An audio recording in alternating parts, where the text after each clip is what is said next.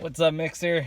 Welcome to Second Street week of video headlines, aka I'm fucking tired from working so much and I'm too lazy to type.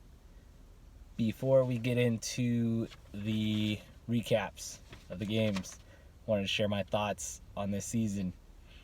Had to take a couple days off of paying attention to football after the weekend, so I haven't been going through my normal routine of listening to podcasts and sports radio. Instead, I've been watching old races. Takes my mind off things. And I started to rewatch the 24-hour Le Mans race from June of this year. And what ended up happening in that race was the favorites, Toyota, had all three of their cars blow up within about an hour of each other after they were dominating. They went out in front, they were controlling, and just like that, it was done. And then Porsche took the lead, had a lead by over 50 minutes. Then in the last 6 hours of the race, boom, its engine was done. So there was a car from another class, a lower class, leading out of nowhere. And there was a second Porsche, had a problem earlier in the race, was in the garage for about an hour and a half. Repairs. They toughed it out. Car went back out there. It's about 10 seconds faster a lap than the other class. And so it clawed back, I think, about 20 laps. And ended up winning the race. It went from the last car running in about the third hour to taking the lead with about 2 hours left, because that team just kept grinding it out, kept turning laps, and didn't give up. And it kind of reminds me of how fantasy football can go. Corey lost the top pick overall, David Johnson, pretty early on. And although he didn't have to really come from behind, because he ended up taking the top seed into the playoffs, he still kept at it. Had a good team, kept making pickups, was there pretty much almost right till the end to defend his title. Unfortunately, it didn't work out for him. But we had a lot of people lose a lot of important players this year, myself included. But everybody kept at it, kept grinding it out. Even though Anthony didn't have a good season, lost a lot of players, he kept making pickups, kept at it, and as a result, he's not going to be in the maid dress or maid punishment this year. So, another great season. We're in the last week. Let's get to it. Let's get to the recaps. So, we'll start with the maid bracket first. We had Sean against Zach. Both former winners, former Jerk Bowl winners. Their names are both on the trophy. But oh, how the mighty have fallen. So, we enter this matchup with either one of them could realistically be the loser of the Maid Bowl. So it was important for each of them to get a win, because there's no clear maid this season. All right, so we had Sean, Jared Goff had another good day, 29 points, and that's about it. The rest of his team did terrible. McKinnon, 5. Kenyon Drake, 5. Brandon Cooks, 3. Mohamed Sanu, 7. Marvin Jones, 8. Charles Clay, 7. Eli, 10? No, 7. Ravens D, 6. Total is 77. That's just not going to cut it, even in the maid bracket. Zach, luckily, he had some good output. Jacoby Brissett, 14. Okay. Duke Johnson, 17. Pretty good. Pretty good for a Cleveland running back, for any Cleveland player, really. Alex Collins, 9. Michael Thomas, 10. Noke Day.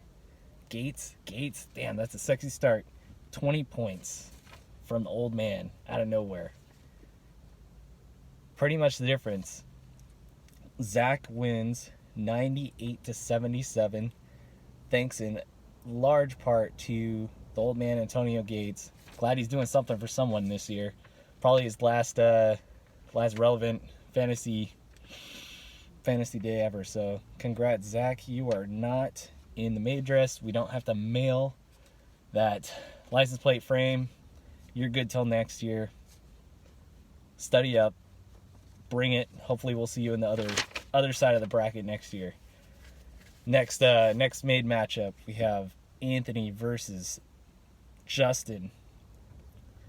Anthony's, it's been well documented. I pointed it out quite a bit in headlines, and the commission's just having an off year. Justin, he's won the Dirk before, only a few years ago, and usually his team is sneaky good. This year he's caught a few people off guard, but he ended up in the maid bracket. So let's see how these two did. Drew Brees off year, definitely more emphasis on the run game for New Orleans, it seems. Maybe Drew lost a little bit of arm strength. Got 13 points today. It's about what he's been averaging this year. Christian McCaffrey, 6. You'd expect more out of him. Theo Riddick, 6. Doug Baldwin at OK Day, 13 points. Crabtree, I mean, where the hell is he? I think he's taking too many pointers from their practice squad grocery store stalker, shelf stalker. What's his name? I can't remember his name. Something. Is it Looper? Anyway, not important. All right. Josh Gordon, 3 points, matching the seasons he was out because of the weed. Jared Cook, 2 points. Tyrod got 15. Redskins D, pretty good stream. I don't know if you lucked into that one or if that was a nice spot start, but good job on that call, Justin. However, it's 72 points. Again, that's just not gonna cut it, even against a depleted Anthony team. Let's see how he did. He got 20 from Alex Smith, 17 from Diggs, 24 from Cousins, 17 from the Steelers D. That's all it took. 107-72. Anthony survives. Doesn't end up in the dress, in the punishment t-shirt with the license plate frame. That'd be bad. Maybe could have got away with slapping that on Michaela's car, and she wouldn't notice. Anyway, not important. You don't have to worry about that. Good job, Anthony. Way to win the first meaningful game you've played since October. Good job. All right, now we get into first let's set that up. So that sets up Justin versus Sean in the Maid Bowl. Who's gonna lose? Should be a good one. I expect it low scoring, just like we like it. It's gonna be a clusterfuck. Hopefully you guys are still checking your lineups. See the winner, like 75 points will get you over the top. So good luck in week 17 to either of you. We'll have to start thinking of some ideas for the punishment t-shirt. All right, now we're into the winners bracket, where dreams go to die. So first, let's start with the sharp end of the bracket. We have the 1 seed versus Matt, I believe was the 4 seed. Anyway, not really too important. So Matt has been on fire the last couple weeks. Gurley's been the number 1 player in fantasy football for the last 3 weeks. I don't know. Like I said, I haven't been studying that much this week because what the hell's the point? So he kept it up, 50 points for Gurley, and he was just crushing. I mean, he has been for weeks, but Jesus, man.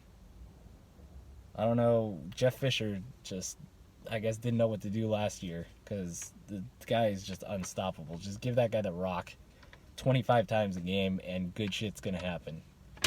So, 50 points for Gurley, 17 for Brady. Pretty average day for what he's been doing this season. 21 for Melvin Gordon. Looked pretty good in the passing game. That'll be interesting to see how they use him moving forward. It was really him and Gates were the only ones doing anything that Charger game. Rivers 18, feeding most of that to Gordon. 13 for Chargers defense. Are you sneakily back to being a Charger fan, Matt? What the fuck? I mean, we could talk. It's fine. I mean, I'm here. I'm here to listen if you want to share your thoughts. Sprinkle in some points from Demaryius Thomas, Golden Tate, Marcus Goodwin, Jack Doyle, all between 4 and 9 points. Luckily carried by the big day by Gurley. Matt gets 147 for Corey. Dak had another disappointing day, 7 points. Even with Zeke back, you would have expected that offense to be back in sync. Not sure what happened there. I didn't watch that game.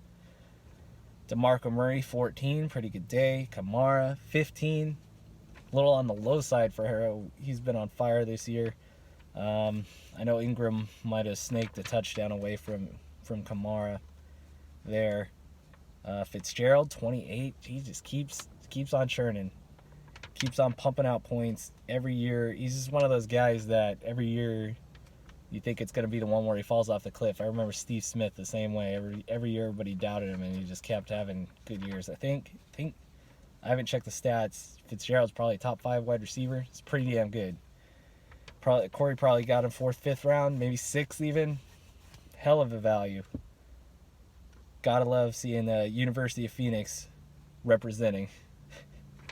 Landry, 8.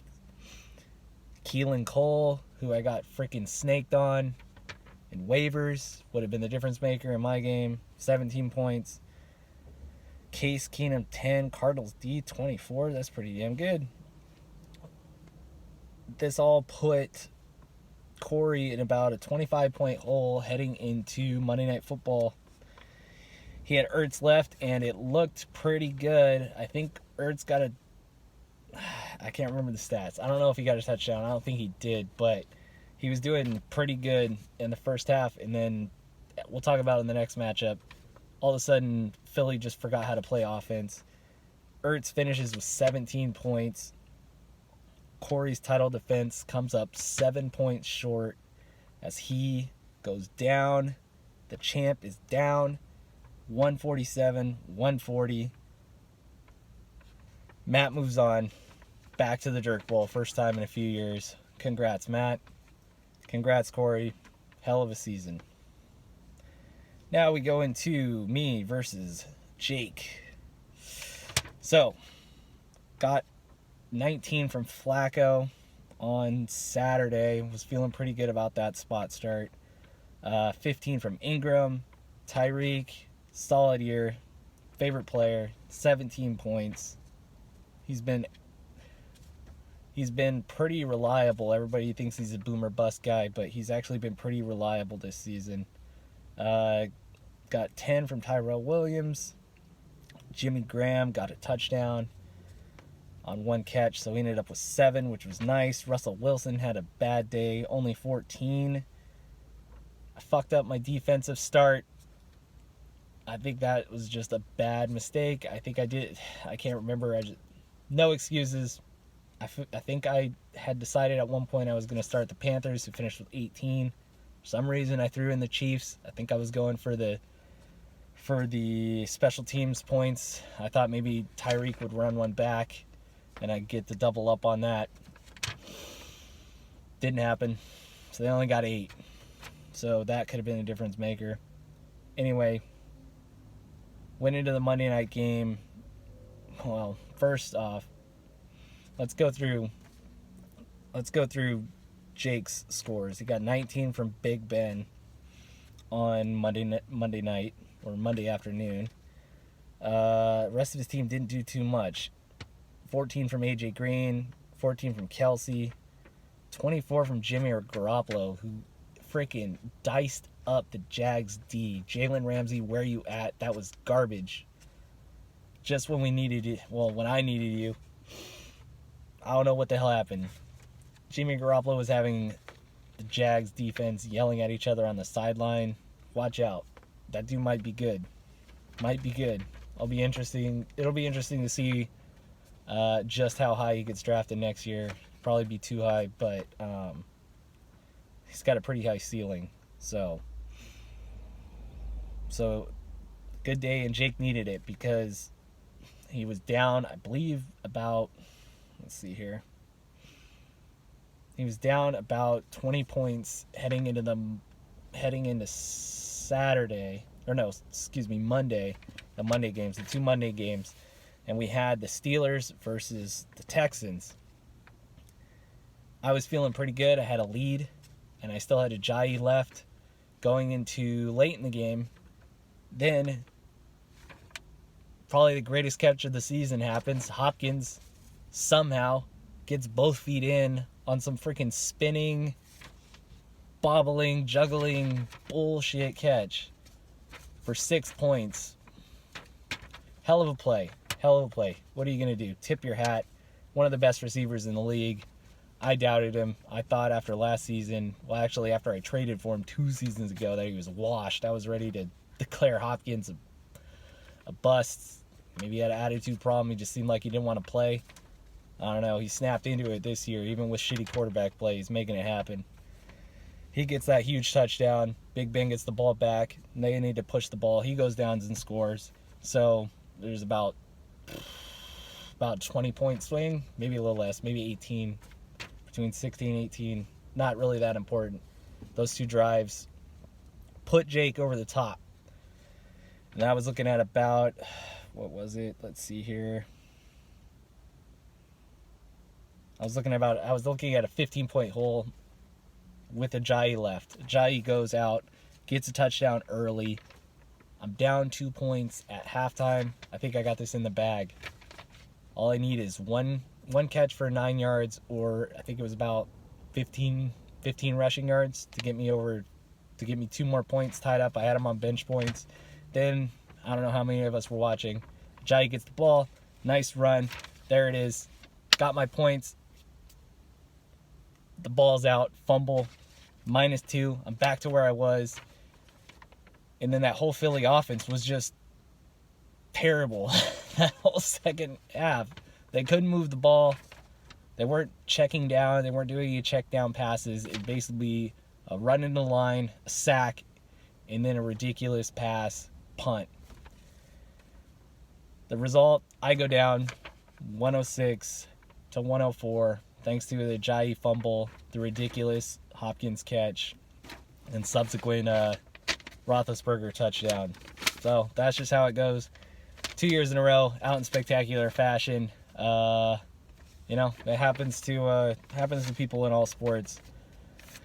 I could lie and say that I was just happy to be there, but you guys know that's bullshit. So anyway, congrats, Jake.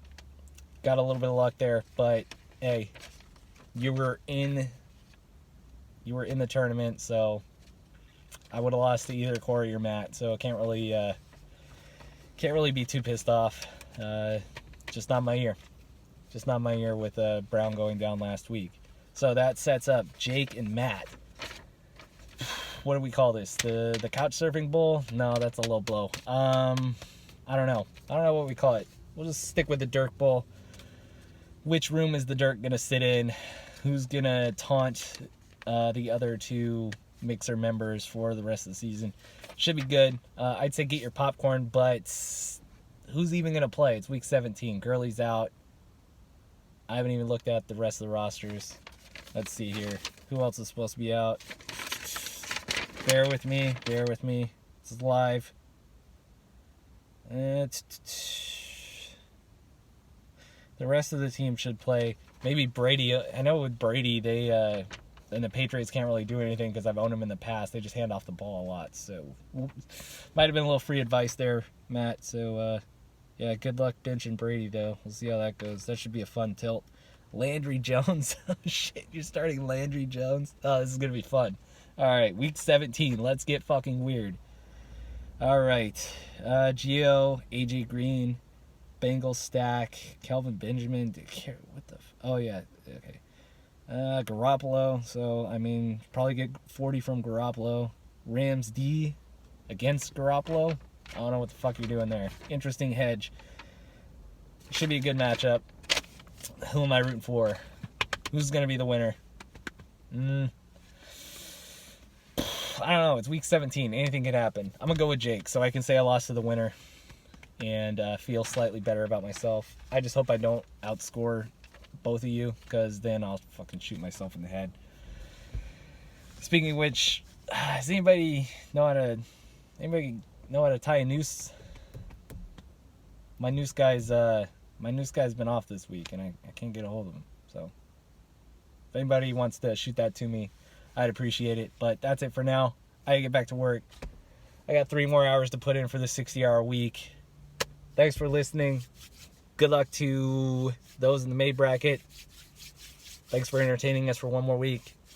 Good luck, Matt. Good luck, Jake. Hope you guys at least shit talk and make this entertaining, because week 17's a freaking hot mess. Catch you guys next week.